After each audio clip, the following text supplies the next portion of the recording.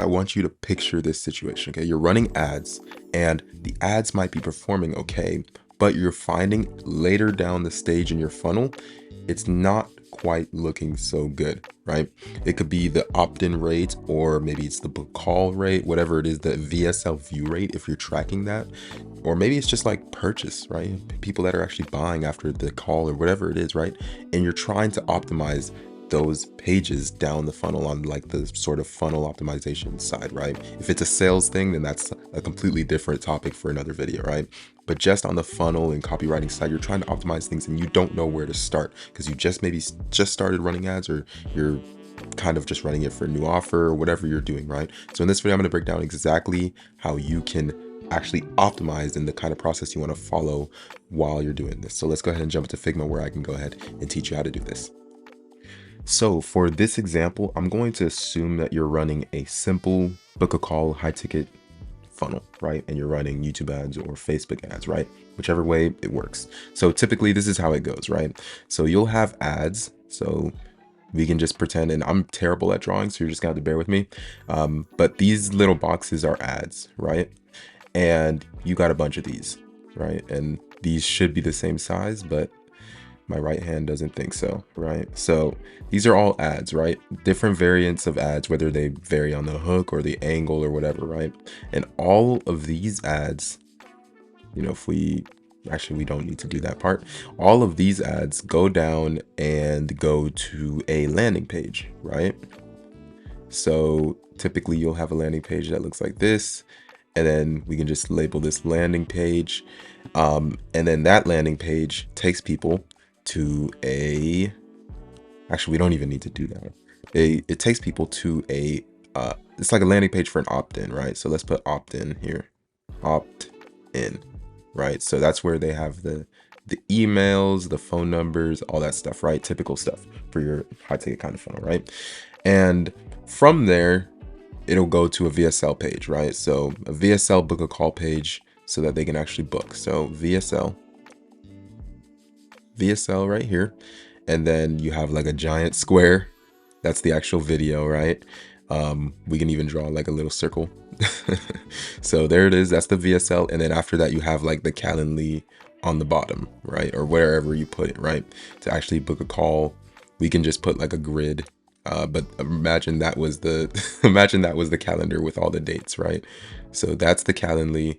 We can just put a Calendly thing there, and then, you know, they book a call and whatever. So as you're going down the funnel, you're testing. So you're running traffic to these ads, and some ads are working, right? Let's say this middle one works, right? This hook, this angle, it's working, and the others aren't. Like this one is like not doing great. This one is like doing okay, but it's not really doing great.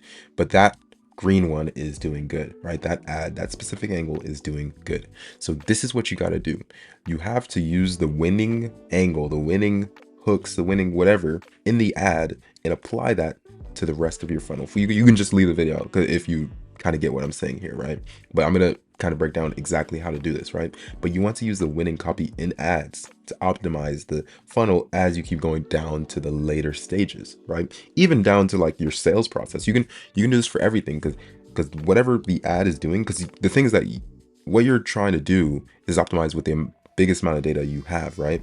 So if it was possible, you know, if you can get 100 people, or not 100, but let's say you got 1,000 people to see your VSL, then you'd be able to have like concrete data. But to get 1,000 people to see your VSL requires 1,000 people to opt in, and 1,000 people to opt in at lead cost of $15 on average is like 15,000, right? You don't have $15,000 lying around necessarily right this moment to test that opt-in, right? You're just trying to figure out the copy and see if you can start off with something good.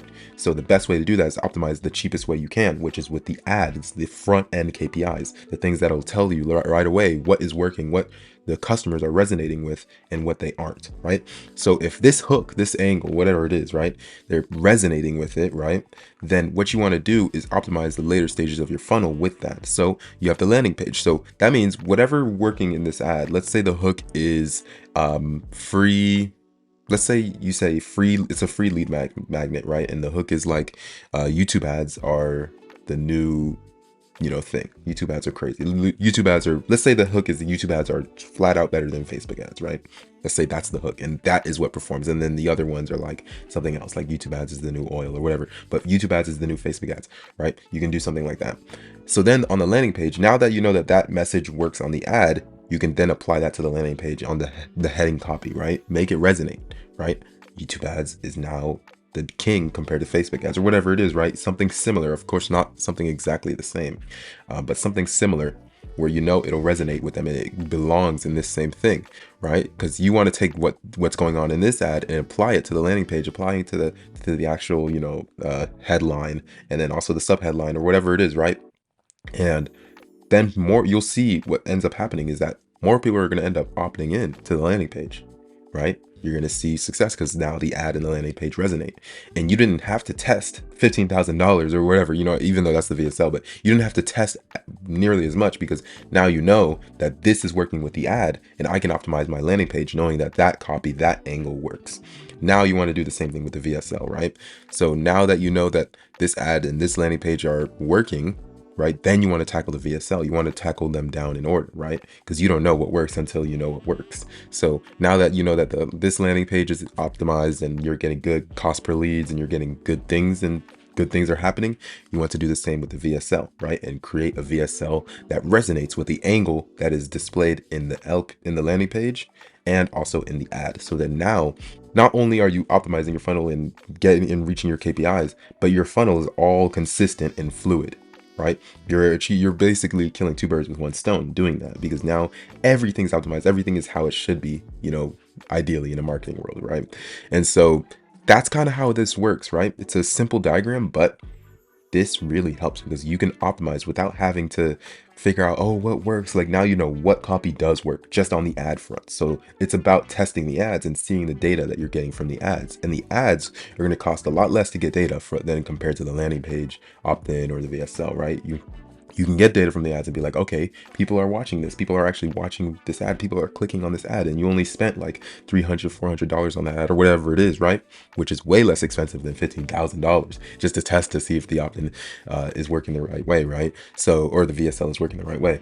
So I hope this was insightful. I just wanted to break this down for you guys so that I hope this kind of makes sense, right? So let me know if you guys got any questions. If you want me to run your own YouTube ads, let me know. DM me somewhere. We can hop on a call and see if it can work for you.